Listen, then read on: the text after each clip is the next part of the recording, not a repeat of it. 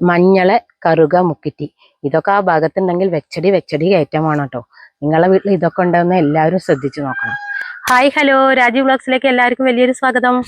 ഇന്ന് അമ്മ പറയാനായിട്ട് പോണതേ നമ്മളെ വീടിന്റെ കന്നിമൂല എങ്ങനെ ആയിരിക്കണം, നമ്മളെ വീടിന് ഐശ്വര്യം വരാൻ, അത് നിങ്ങളൊക്കെ ശ്രദ്ധിച്ചിട്ടുണ്ടോ, ആ കാര്യത്തെ പറ്റിയിട്ടൊന്ന് പറഞ്ഞു തരാനാണ്. അപ്പൊ നമ്മളെ കന്നിമൂല എന്ന് പറഞ്ഞു കഴിഞ്ഞാൽ വൃത്തിയും ശുദ്ധിയും കൂടുതൽ വേണ്ട സ്ഥലമാണ് കേട്ടോ. ചിലവരുണ്ട് കന്നിമൂലയിൽ കൊണ്ടുപോയിട്ട് പുതിയ വീട് കയറ്റിയതിന്റെ ശേഷം പൊടിഞ്ഞ ഈ ടൈലിന്റെ കഷ്ണങ്ങള്, അതുപോലെ നമ്മളെ പഴയ വീട്ടിലുള്ള മണ്ട തകരപാത്രങ്ങള്, ചാക്കിൽ നിറയെ ചകിരി, ചൂല എല്ലാം കുത്തിച്ചാരിയിട്ട് നമ്മളെ കന്നിമൂലയിൽ അവിടെ കൊണ്ടുപോയി വെച്ചിട്ടുണ്ടാകും. അപ്പൊ ഈ കന്നിമൂലയിൽ നമ്മൾ അങ്ങനത്തെ സാധനങ്ങളൊക്കെ വെച്ചിട്ടുണ്ടെങ്കിൽ വീട്ടിലെ അധോഗതി, അതായത് നെഗറ്റീവ് എനർജി വന്ന് നിറയും. അതുപോലെ തന്നെ ചിലവർക്ക് ഉണ്ട് കേട്ടോ, ആ ഭാഗത്ത് ബാത്റൂം കയറ്റും, സെപ്റ്റിക് ടാങ്ക്, അവിടെ ഒരു കുഴി പോലും പാടില്ല, അവിടെ ഒന്ന് പൊന്തി നിൽക്കണം എന്നാണ് നമ്മളെ വാസ്തുശാസ്ത്ര പ്രകാരം പറയുന്നത്. കന്നിമൂല കുറച്ച് പൊന്തി നിൽക്കണം. പിന്നെ അവിടെ കുഴി അയാലത്തെ കാര്യം അറിയാലോ, കെട്ടി നിൽക്കണ വെള്ളം അവിടെ വരാൻ ഒരിക്കലും പാടില്ല. അപ്പോൾ നമ്മളെ വീട്ടിലുള്ള ആൾക്കാർക്ക് അസുഖങ്ങൾ പിടിപെട്ടിട്ടും പല കാരണത്താൽ നമ്മളെ വീട്ടിൽ നെഗറ്റീവ് എനർജി വന്ന് നിറയും. അപ്പോൾ നമ്മൾ ആ ഭാഗങ്ങളെ പ്രത്യേകം ശ്രദ്ധിക്കണം. അതുപോലെ തന്നെയാണ് നമ്മുടെ മാസ്റ്റർ ബെഡ്റൂം വരാൻ പറ്റിയ സ്ഥലമാണ് കേട്ടോ നമ്മളെ കന്നിമൂല.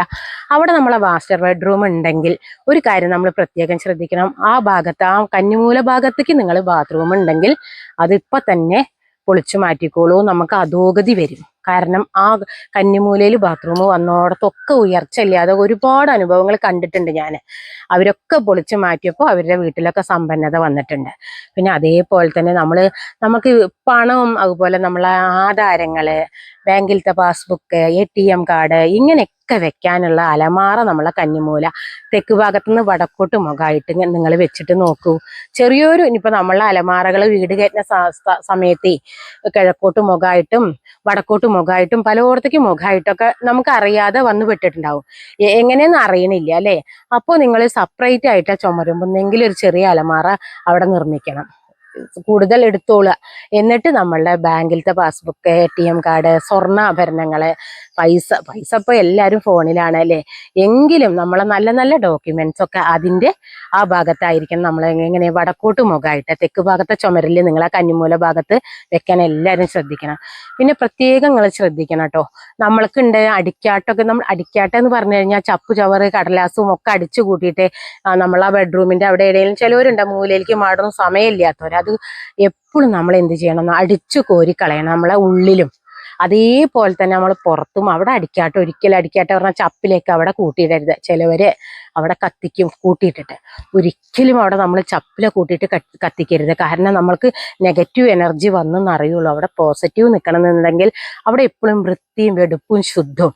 അവിടെ നമ്മൾ എന്തൊക്കെ ചെയ്യണമെന്ന്, ഒരു തുളസി നടുക, പിന്നെ നമ്മൾ മുക്കുറ്റി നടുക, അതുപോലെ കറുക, അങ്ങനത്തെയൊക്കെ ചെറിയ അധികം ഉയരമില്ലാത്ത ചെടികളൊക്കെ ഉണ്ടല്ലോ, അതൊക്കെ നട്ട് നന്നായിട്ട് പരിപാലിക്കണം. മഞ്ഞള് അതൊക്കെ നമ്മൾ നട്ട് കഴിഞ്ഞാൽ ഉണങ്ങാൻ പാടില്ല കേട്ടോ. അപ്പൊ നമ്മൾ അതിന് നിത്യേന വെള്ളം ഒഴിക്കാൻ ശ്രദ്ധിക്കണം. കാരണം അത് ഉണങ്ങിയാലും നമ്മളെ വീട്ടിലേക്ക് ഒരുപാട് ദോഷം ചെയ്യുന്നുണ്ട്. അപ്പൊ നമ്മൾ എപ്പോഴും എന്ത് വേണം, അവിടെ നിൽക്കണം. എങ്ങനെ കുളിർമയിൽ നിൽക്കണോ അവിടുത്തെ ചെടികളെ വെച്ചാൽ മുക്കുറ്റിയൊക്കെ മഞ്ഞളൊക്കെ എങ്ങനെ കുളിർമ ഉണ്ടോ അത്രയ്ക്ക് നമ്മളെ വീട്ടില് പോസിറ്റീവ് എനർജി വന്ന് നിറയും. നേരെ മറിച്ച് നമ്മളെ അവിടത്തെ ചെടികൾ വാടിക്കരിയാൻ തുടങ്ങിച്ചാൽ നമ്മളെ വീട്ടിൽ നെഗറ്റീവ് എനർജി വന്നു കൂടി എന്നുള്ളതാണ്. അപ്പൊ ആരെങ്കിലും അവിടെ അങ്ങനത്തെ ചെടികളല്ലാത്ത ചെടികളാണ് നട്ടിട്ടുണ്ടെങ്കിൽ അവിടുന്ന് മാറ്റിയിട്ട് ഒരു മുക്കുറ്റി കൊണ്ടുപോയി വെക്കുക, അല്ലെങ്കിൽ ഒരു മഞ്ഞൾ കൊണ്ടുപോയി വെക്കുക, അല്ലെങ്കിൽ 2 കറുക അവിടെ കൊണ്ടുപോയി നടുക ചെയ്യണം. കാരണം അത് നമ്മൾ ഒരിക്കലും അതിന്റെ അടിയിൽ കൂടെ പൊന്ത കെട്ടാനൊന്നും സമ്മതിക്കരുത്. പുല്ലൊന്നും വരരുത്. അവിടെ നിങ്ങൾ കുറച്ച് സ്ഥലം വൃത്തിയാക്കി ഇടണം. അതുപോലെ അവിടെ കുറച്ച് താഴ്ച ഉണ്ടെങ്കിൽ നിങ്ങൾ ഒന്നും ചെയ്യണ്ട, കുറച്ച് ബേബി മെറ്റലോ എന്തേലും ഇട്ടിട്ട് ഒന്ന് പൊന്തിക്കാൻ എല്ലാവരും ശ്രദ്ധിക്കണം കേട്ടോ. നമ്മളെ മറ്റു ഭാഗത്തൊക്കെ നേരെ ഉണ്ടാവും നിരപ്പായിട്ട്, അവിടെ മാത്രം കുണ്ട ഒരു ലേശം.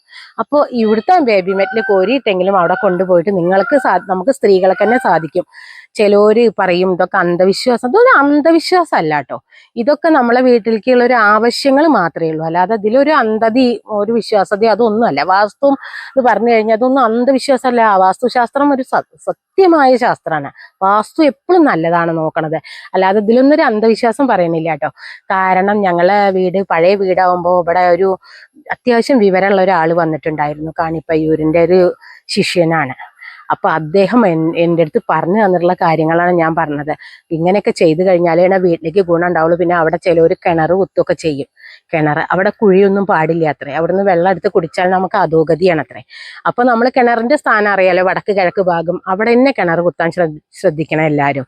ബാക്കി മൂലകളൊന്നും വൃത്തി വേണ്ടേന്നാ ചോദിക്കുന്നത്. നമ്മളെ വടക്ക് കിഴക്ക് മൂല നമ്മൾ നല്ല വൃത്തി വേണം. അവിടെ നമുക്ക് ഒരു വെള്ളം കെട്ടി നിർത്തുകയാണെങ്കിൽ നമ്മളെ വീട്ടിലേക്ക് ഏറ്റവും നല്ലതാണ് വെള്ളം, അടിയിൽ വെള്ളം, അണ്ടർഗ്രൗണ്ടിൽ വെള്ളം, അങ്ങനെയാണ് പറയുന്നത്. അപ്പോൾ നമുക്ക് ഒന്നുമില്ലെങ്കിൽ ഒരു ഒരു ചെറിയൊരു നമ്മളെങ്കിലും ഒരു സിമെന്റ് കൊണ്ടെങ്കിലും ഒരു ചെറിയ തൊട്ടി ഉണ്ടാക്കിയിട്ട് അവിടെ കുറച്ച് വെള്ളം നിറച്ച് വെച്ചാലും ആ വീട്ടിലേക്ക് പുരോഗതി അത്രേ.